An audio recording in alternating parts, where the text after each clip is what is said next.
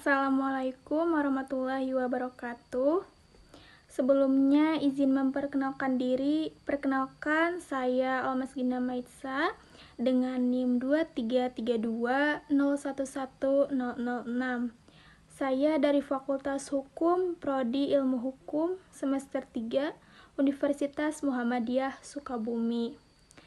Jadi, pada video kali ini saya akan mempresentasikan atau membahas tentang alur persidangan dalam sengketa perdata. Dan tujuan pembuatan dari video ini yaitu untuk memenuhi tugas mata kuliah saya, Hukum Acara Perdata, dengan dosen pengampu Ibu Temi Fitriah Alfiani SH.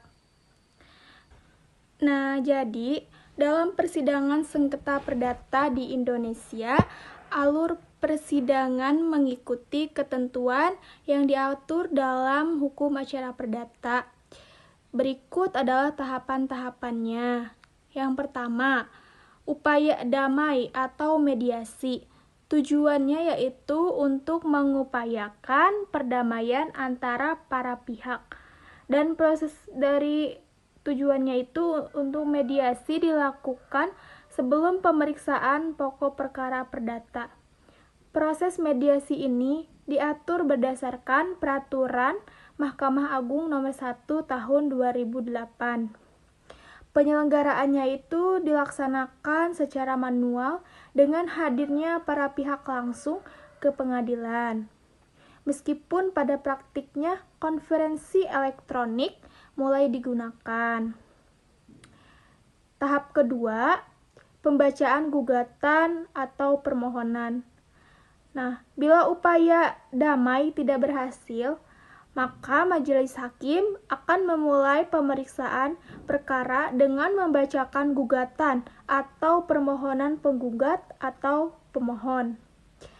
Gugatannya itu harus diajukan dengan surat gugat yang ditandatangani oleh penggugat atau kuasa sah dan ditunjukkan kepada Ketua Pengadilan Negeri. Tahap ketiga, jawaban dari pihak tergugat atau termohon. Pihak tergugat atau termohon mengajukan jawab. Setelah membaca gugatan, pihak tergugat atau termohon harus memberikan jawaban formal terhadap gugatan tersebut dalam batas waktu yang ditentukan.